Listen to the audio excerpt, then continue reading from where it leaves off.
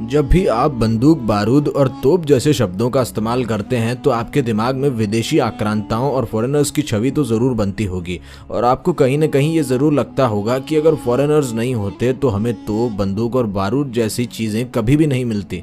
लेकिन क्या हो अगर मैं ये कहूँ कि बंदूक, बारूद और तोप जैसे कंसेप्ट भारत में पहले से मौजूद थे, इवन भारत से ही ये विदेश तक पहुंचे हैं। सुनने में ये शॉकिंग ज़रूर है, लेकिन आज की इस वीडियो में मैं एमजी आपका स्वागत करता हूं सत्य संवाहक के इस एक और इन्फॉर्मेटिव वीडियो में। और आज हम इसी शॉकिंग फैक्ट के ऊपर बात करेंगे और डिटेल प्रेजेंटेशन देंगे आपको बंदूक, बारूद और तोप के ऊपर। आइए थोड़ा बारूद बनाने के इतिहास के बारे में जानते हैं और देखते हैं कि क्या भारतीय लिटरेचर में भी इन चीज़ों का उल्लेख मिलता है।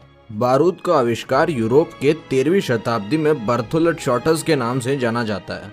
वे गन पाउडर के रूप में बारूद का उपयोग करते थे, लेकिन इनसे भी पहले चीन के ग्रंथों में बारूद बनाने की विधि मिलती है। ये लोग गंधक, सीसा, कोयला आदि से बारूद बनाते थे। ये चीनी ग्रंथ लगभग 1000 या 960 ईस्वी के आसपास के होंगे, यानी कि बारूद के आविष्कार के संदर्भ में आज जिनको क्रेडिट दिया जाता है उनसे पहले ही बारूद बनाने की विधि चीनी ग्रंथों में या फिर किसी दूसरे संदर्भ में मिल जाती है।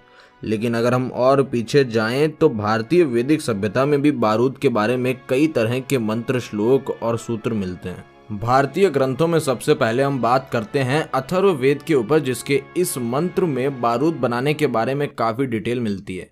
इस मंत्र के अर्थ पे यदि गौर करें तो पता चलता है कि वरुण देव और अग्निदेव का उल्लेख करते हुए इस मंत्र में बताया गया है कि सीसा मनुष्य की आत्मरक्षा के लिए बहुत ही उपयोगी होता है और कहा गया है कि इस सीसे से हम मनुष्यों की रक्षा करते हुए असुरों का नाश कर सकते हैं।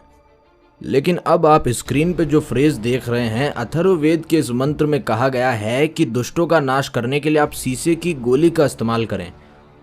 इससे यह स्पष्ट होता है कि आज आप जिसे बुलेट कहते हैं उसी की बात अथर्ववेद के इस आदेश में हो रही है, क्योंकि शीशे की गोली से मारने का मतलब सीधा सीधा यही है कि उस समय बुलेट जैसा कोई न कोई कॉन्सेप्ट था जो कि वैदिक लोग इस्तेमाल करते थे दुष्टों का नाश करने के लिए। वहीं अगर बात करें बंदूक और तोप को उस समय क्या कहते होंगे तो हमें पता चलता है शुक्र नीति नामक एक ग्रंथ को पढ़कर। जी हाँ, शुक्र नीति नामक एक ग्रंथ में बंदूक को नालिका और तोप को बृहन नालिका जैसे शब्दों के साथ संबोधित किया गया है, जिससे यह स्पष्ट होता है कि बुलेट जैसे कंसेप्ट के साथ में बंदूक और तोप जैसा भी कंसेप्ट वैदिक स्क्रिप्चर्स में सीधा सीधा मिलता है। अब यह तो सीधा सीधा स्पष्ट हो गया कि वैदिक काल में बंदूक, बारूद और तोप जैसे कंसेप्ट तो जरूर थे, जो कि अथर्ववेद, शुक्र नीति और चाणक्य के अर्थशास्त्र में भी उल्लेखित है। लेकिन अब आप सोच रहे होंगे कि आखिर वैदिक काल की बंदूक और तोप काम कैसे करती होगी, तो आइए जानते हैं वैदिक काल की तोप और बंदूक के पीछे के मैकेनिज्म को। शुक्र नीति के अनुसार बृहन नालिका और क्षुद्र नालिका दो भेद की बंदूकें होती थी। इनमें तिर्यक नाल, ऊर्ध्व छिद्र और मूल नाल 5 बालिश्त होते थे। लक्ष्य वेद के हिसाब से भी ये 2 प्रकार की होती थी, जिनमें मूल लक्ष्य भेदी और अग्र लक्ष्य भेदी होते थे। अचूक निशाना साधने के लिए इनमें एक तिल बिंदु यानी कि टारगेट सेटिंग का भी सिस्टम होता था और इस यंत्र को चलाने के लिए इसमें दाव चूर्ण यानी कि बारूद भी भरा जाता था। ये ऊपर से एक हाई फॉर्म की दृढ़ काष्ठ से बनी होती थी। इस नलिका में एक दृढ़ शालाका भी होती थी जो बारूद के नियंत्रण के लिए होती थी। इस लघु नालिका को चलाने के लिए सवार और पैदल दोनों प्रकार की व्यवस्थाएं की जाती थी। बृहन नालिका को हम आज के परिप्रेक्ष्य में तोप कह सकते हैं। जितना बड़ा गोला इस तोप में दागना होता था या फिर जितना गोला इतनी दूरी पर फेंकना है, उसी हिसाब से मोटी त्वचा वाली और भीतर बड़ी पोह वाली बृहन नालिका बनाई जाती थी। यह विजय दिलाने वाली तोप शकट पर चलती थी। यह सब संस्कृत में शुक्र नीति में कुछ इस तरीके से उल्लेखित है।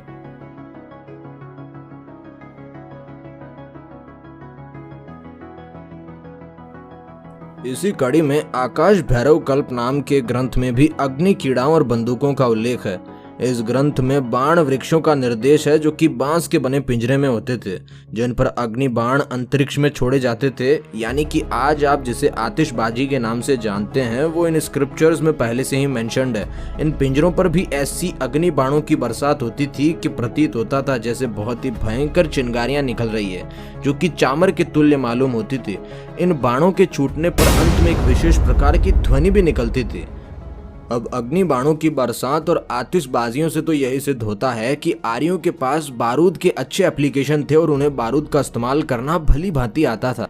और इसी तरह की आतिशबाजियों और बारूद के एप्लीकेशन का उल्लेख एक कौतुक चिंतामणि नाम के ग्रंथ में भी भली भांति मिल जाता है। और इसी कड़ी में अगर वर्मीथा और बारबोसा जैसे विदेशी यात्री जो कि भारत घूमने आया करते थे, उनके यात्रा वृतांतों को पढ़ें तो मालूम पड़ता है कि 15वीं और 14वीं सदी के आसपास यहाँ पर आतिशबाजी प्रत्यक्ष रूप से देखी जाती थी। विजयनगर और गुजरात जैसे स्थानों को यदि देखें तो इनके यात्रा वृत्तांतों में उल्लेखित दृश्यों में बहुत ही प्रीमियम क्वालिटी की आतिशबाजी और अग्नि बाणों की बरसात देखी जा सकती है। यानी कि 15वीं और 14वीं शताब्दी में यहाँ पर बहुत ही मनोरम दृश्य होता था आतिशबाजियों और अग्नि बाणों का। यानी कि पर्वों और अनेक युद्ध कलाओं में यहाँ पर अग्नि बाणों का प्रदर्शन किया जाता था, जिससे ये सिद्ध होता है कि यदि 10वीं-12वीं शताब्दी के आसपास भारत में ऐसे मनोरम दृश्य और अच्छी क्वालिटी की आर्चरी देखी जाती थी, तो महाभारत और रामायण में परमाणु बम और हाइड्रोजन बम जैसे टेक्नोलॉजी का होना कहाँ तक अतिशयोक्ति है। आखिर इतनी प्राचीन वैदिक सभ्यताओं में टेक्नोलॉजी और ऋषि मुनियों के ज्ञान का प्रसारण काफी वैश्विक लेवल पर था। आज के वीडियो को देखने के लिए धन्यवाद। अगर पसंद आई हो हमारी रिसर्च तो लाइक शेयर सब्सक्राइब कर दीजिए। इसी तरह की और वीडियो देखने के लिए बेल आइकन प्रेस कर दीजिए। और हाँ, कमेंट करके ज़रूर बताइएगा कि आपको क्या लगता है प्राचीन भारतीय संस्कृति की आर्चरी और डिफेंस सिस्टम की टेक्नोलॉजी पे। आज की वीडियो में सिर्फ इतना ही। देखने के लिए धन्यवाद।